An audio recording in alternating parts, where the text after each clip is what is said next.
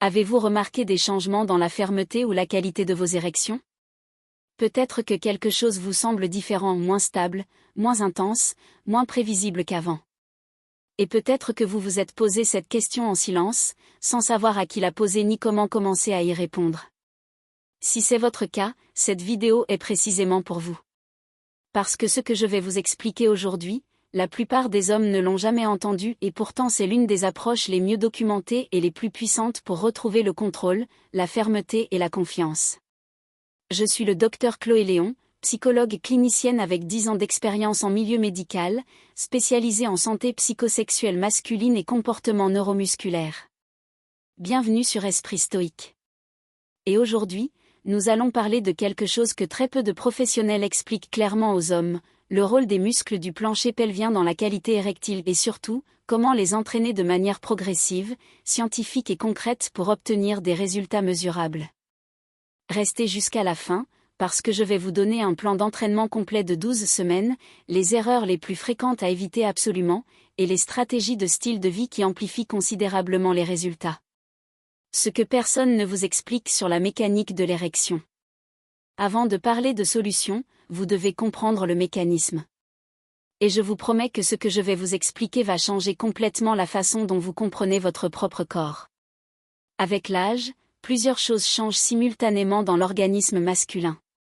Les vaisseaux sanguins peuvent perdre de leur élasticité. Les niveaux de testostérone diminuent progressivement.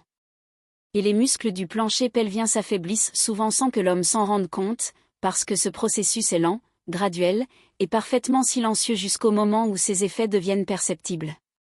Le plancher pelvien n'est pas uniquement lié au contrôle de la vessie, comme beaucoup le croient. C'est un groupe de muscles profonds qui joue un rôle direct et déterminant dans votre capacité à obtenir et maintenir une érection de qualité. Deux de ces muscles sont particulièrement importants dans cette conversation, le muscle bulbo-caverneux et le muscle ischio-caverneux.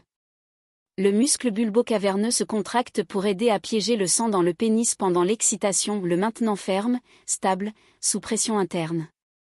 Le muscle ischio-caverneux ajoute à cette pression et aide à maintenir l'angle érectile que beaucoup d'hommes associent au fonctionnement juvénile et vigoureux. Ensemble, ces deux muscles compriment les veines clés et soutiennent l'érection depuis l'intérieur du bassin. Quand ces muscles s'affaiblissent, ce qui est courant avec l'âge, la position assise prolongée, les problèmes prostatiques ou simplement le manque d'utilisation ciblée le sentant à s'échapper plus facilement des chambres érectiles. Le résultat ? Des érections qui semblent moins fermes, qui s'estompent plus rapidement, ou qui paraissent moins volumineuses qu'avant.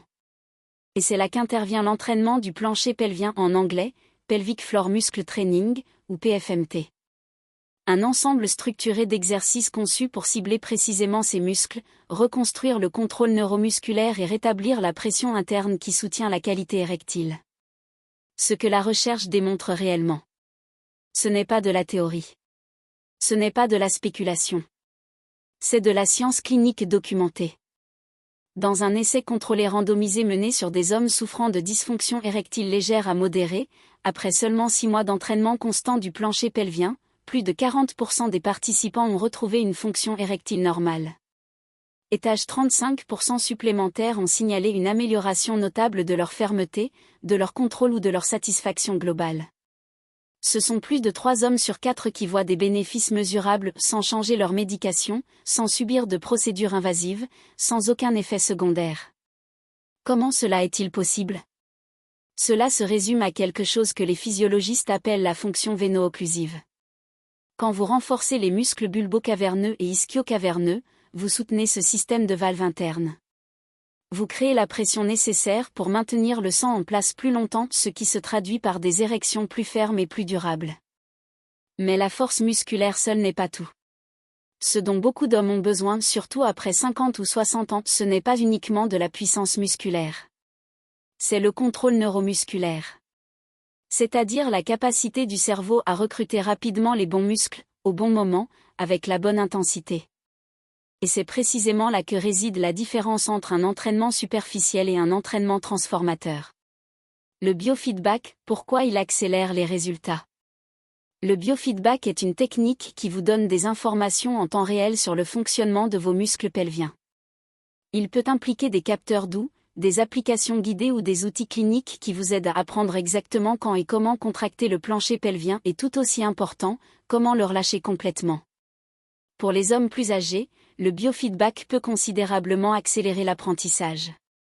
Beaucoup d'hommes, en essayant de contracter leurs muscles pelviens, contractent en réalité leurs abdominaux, leurs fessiers ou leurs cuisses, des groupes musculaires voisins sans s'en rendre compte. Le biofeedback élimine cette incertitude. Il vous montre exactement ce qui se passe en temps réel, réduit la frustration et conduit à une meilleure coordination dans des délais plus courts. Et il existe un bénéfice supplémentaire que je veux vous mentionner, parce qu'il est rarement mis en avant. Ces mêmes muscles soutiennent également le contrôle de la vessie, la stabilité de la zone prostatique et la récupération post-chirurgicale. Donc même si la fonction érectile n'est pas votre préoccupation principale, maintenir votre plancher pelvien fort est un investissement préventif dans votre santé masculine globale maintenant et dans les années à venir. L'idée de la taille perçue, ce que beaucoup ne comprennent pas. Il y a quelque chose d'important que je dois clarifier, parce que beaucoup d'hommes en ont une compréhension incorrecte. Techniquement, les exercices du plancher pelvien n'augmentent pas la longueur anatomique du pénis. Ce n'est pas ce que ces muscles sont conçus à faire. Mais voici ce qu'ils font réellement et c'est considérable. Ils augmentent la pression interne et la plénitude du sang dans les chambres érectiles. Et cela peut changer de manière significative l'apparence et la sensation de l'érection. Beaucoup d'hommes rapportent que leurs érections semblent plus courtes ou plus petites avec l'âge, même si le tissu pénien lui-même n'a pas réellement changé de dimension. Ce qu'ils perçoivent, c'est la diminution de la pression interne causée par l'affaiblissement musculaire. Et c'est exactement ce que l'entraînement du plancher pelvien peut restaurer. Il y a aussi une dimension neurologique à cela qui est fascinante. Quand les muscles pelviens sont activés correctement et régulièrement, le cerveau expérimente souvent un retour sensoriel amélioré dans cette zone. Cela signifie que vous ne vous sentez pas seulement plus fort physiquement, vous vous sentez plus conscient, plus connecté, plus présent pendant l'intimité. Beaucoup d'hommes décrivent cela comme un meilleur contrôle du rythme, une sensibilité augmentée, et dans certains cas, plus de plaisir. Ce n'est pas une coïncidence. C'est le résultat direct d'une communication améliorée entre le cerveau, les nerfs et le plancher pelvien. Et il y a encore autre chose.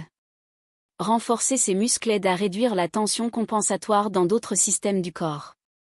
De nombreux hommes plus âgés compensent la faiblesse pelvienne en surutilisant leurs muscles abdominaux ou en retenant leur respiration pendant l'intimité, ce qui élève inutilement la pression artérielle et génère une tension qui perturbe l'expérience.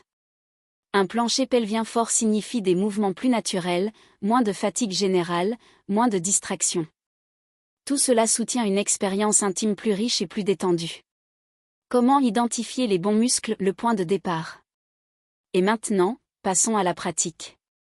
Parce que la connaissance sans l'action ne change rien. La première étape de l'entraînement du plancher pelvien est d'apprendre à identifier précisément les bons muscles. La façon la plus simple est la suivante: lors d'une miction, essayez doucement d'interrompre le flux à mi-parcours. Les muscles que vous utilisez pour faire cela, sans serrer les cuisses, sans contracter les abdominaux, sans retenir la respiration, font partie de votre plancher pelvien. Je souligne que ceci n'est pas une technique d'entraînement à répéter régulièrement. C'est uniquement un test ponctuel pour localiser la bonne zone. Une fois que vous avez identifié la sensation, vous pratiquez en dehors de la salle de bain. Pour commencer, asseyez-vous ou allongez-vous dans une position détendue. Prenez quelques respirations normales sans forcer. Puis contractez doucement ces muscles pelviens comme si vous essayiez de soulever ou retenir quelque chose intérieurement. Vous ne devez ressentir aucune tension dans l'abdomen, les jambes ou la poitrine. Si c'est le cas, relâchez tout et recommencez en vous concentrant uniquement sur la zone pelvienne. L'objectif est l'isolation. Maintenez la contraction pendant 3 à 5 secondes, puis relâchez complètement pendant 5 secondes. Cette phase de relâchement est aussi importante que la contraction, peut-être même plus, car c'est pendant le relâchement que le muscle se récupère et se renforce. Les erreurs les plus fréquentes et comment les éviter absolument. Je veux vous parler maintenant des erreurs les plus communes, parce qu'elles sont la principale raison pour laquelle certains hommes ne voient pas de résultats malgré une pratique régulière. Première erreur, retenir la respiration pendant les contractions. C'est de loin la plus fréquente.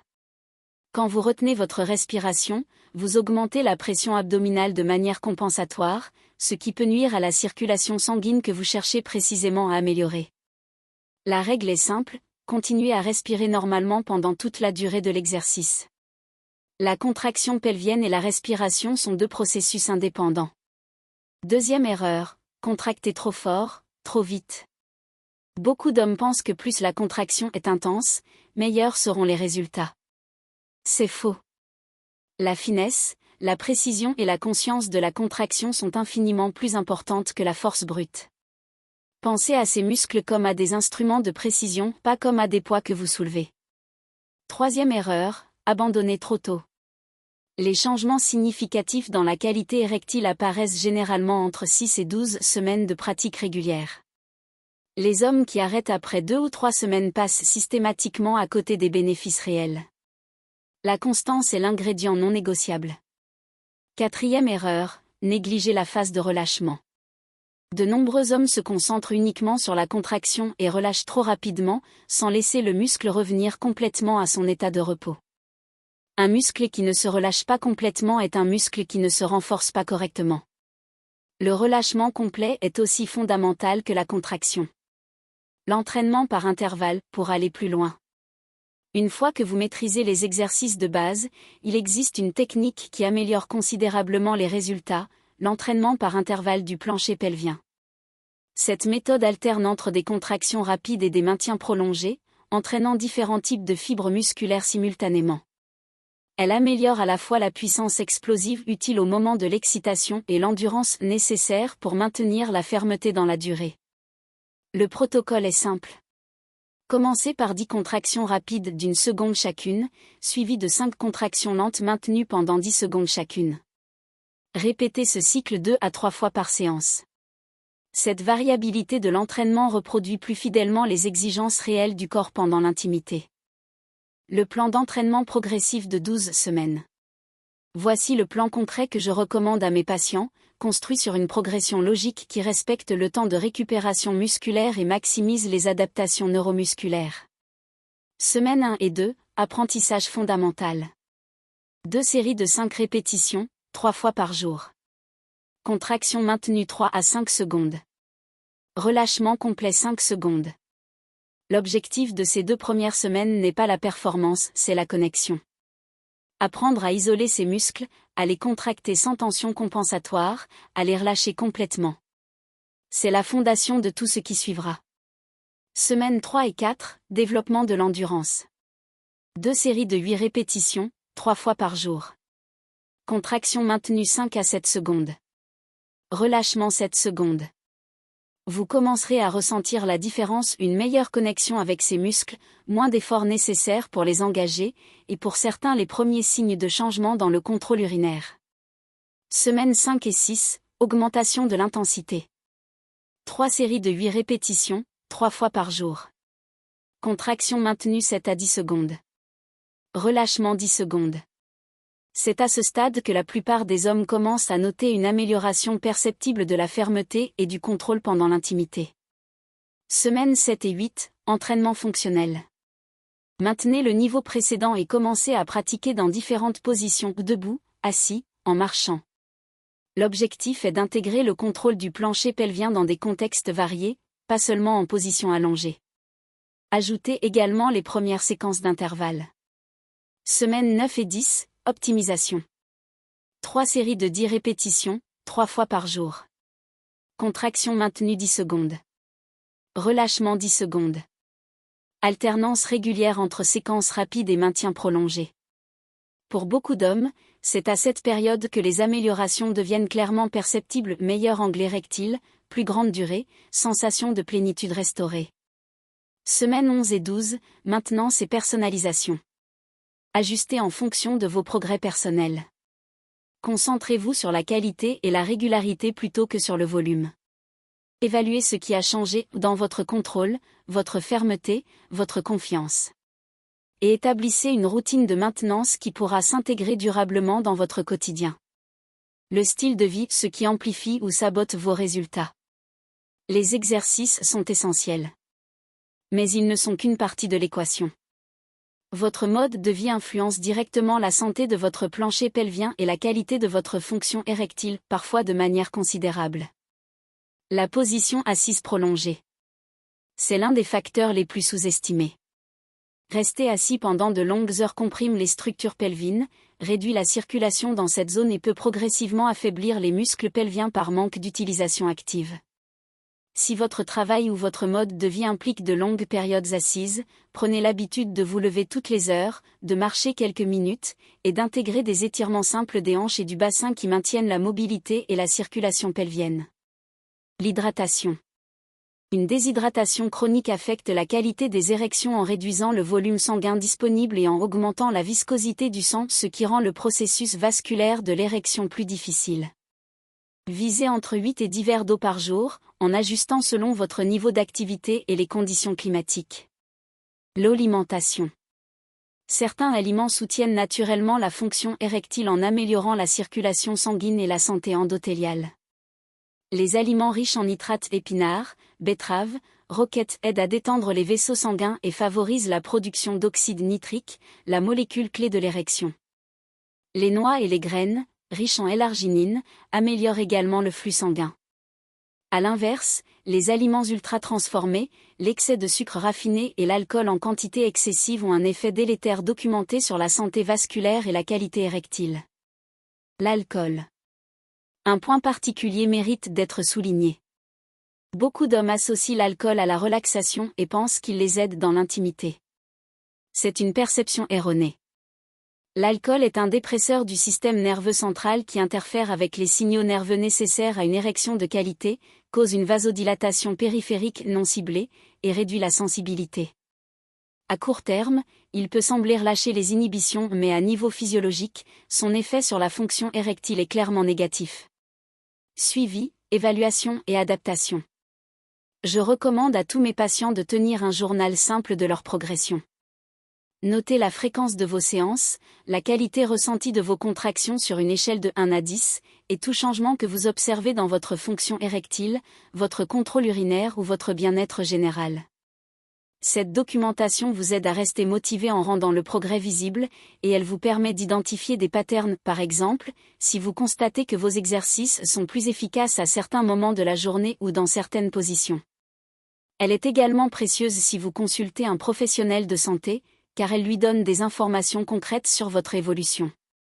Et rappelons-le, si vous ressentez des douleurs pendant les exercices, si vous ne voyez aucune amélioration après 3 mois de pratique régulière, ou si vous avez des antécédents chirurgico-prostatiques récents, consultez votre médecin avant de continuer ou d'intensifier l'entraînement.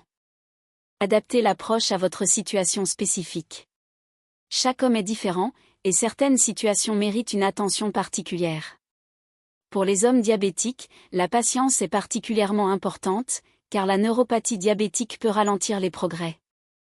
L'entraînement reste tout aussi bénéfique mais les améliorations peuvent mettre plus de temps à se manifester.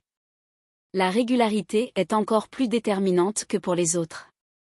Pour les hommes souffrant d'hypertension, ces exercices peuvent avoir un bénéfice additionnel en améliorant la circulation générale et en contribuant à une meilleure gestion du stress, 2 facteurs qui influencent directement la pression artérielle. Pour ceux qui ont subi une chirurgie prostatique, l'entraînement du plancher pelvien est souvent recommandé dans le cadre de la rééducation post-opératoire mais toujours avec l'autorisation explicite du médecin qui suit la récupération. Démystifier les idées reçues. Quelques mythes persistent sur ce sujet et méritent d'être clairement réfutés. Mythe numéro 1, l'entraînement du plancher pelvien concerne uniquement les femmes. Faux. Les hommes ont un plancher pelvien tout aussi complexe et tout aussi susceptible de s'affaiblir avec le temps. Et les bénéfices pour la santé masculine érectile, urinaire et prostatique sont documentés. Mythe numéro 2, si vous n'avez pas encore de problème, ces exercices ne vous concernent pas. Faux. La prévention est toujours plus efficace que le traitement. Commencer cet entraînement avant l'apparition de difficultés maintient la force et la coordination musculaire à un niveau qui ralentit ou prévient leur déclin. Mythe numéro 3, plus vous contractez fort, meilleurs seront les résultats. Faux. La qualité de la contraction, la précision de l'isolation musculaire et la régularité de la pratique sont infiniment plus importantes que l'intensité. Un entraînement doux, conscient et constant bat toujours un entraînement intense et irrégulier. Maintenir la motivation sur le long terme. La clé du succès avec l'entraînement du plancher pelvien est la constance sur la durée. Et maintenir cette constance demande de petites stratégies pratiques. Intégrez les exercices à votre routine quotidienne existante plutôt que de les traiter comme quelque chose d'additionnel. Beaucoup d'hommes les pratiquent pendant qu'ils lisent le journal le matin, pendant les pauses publicitaires le soir, ou en attendant que leur café soit prêt. L'avantage majeur de ces exercices est qu'ils ne nécessitent aucun équipement, aucun déplacement, aucune tenue spécifique. Ils peuvent s'insérer dans n'importe quel moment de votre journée. Fixez-vous des objectifs réalistes et célébrez les petites victoires. Une amélioration de la fermeté ou du contrôle de 20% peut sembler modeste, mais elle peut représenter une différence considérable dans votre qualité de vie quotidienne, votre confiance en vous et votre relation intime. Conclusion.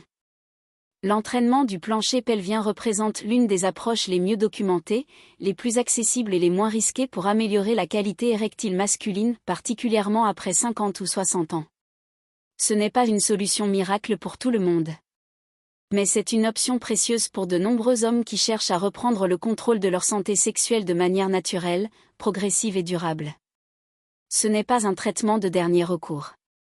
C'est une pratique de santé préventive et curative qui peut bénéficier à de nombreux aspects de votre bien-être physique, émotionnel et relationnel. Et comme toute forme d'entraînement sérieux, les résultats récompensent ceux qui s'y engagent avec patience, régularité et intelligence. Je suis le Dr Chloé Léon. Si cette vidéo vous a apporté des informations concrètes et utiles, abonnez-vous à Esprit Stoïque pour continuer à recevoir du contenu sérieux, fondé sur la science, sur la santé masculine et le bien-être. Laissez vos questions en commentaire, je les lis toutes. Et rappelez-vous, prendre soin de votre santé n'est pas une option. C'est la décision la plus stoïcienne que vous puissiez prendre. On se retrouve dans la prochaine vidéo.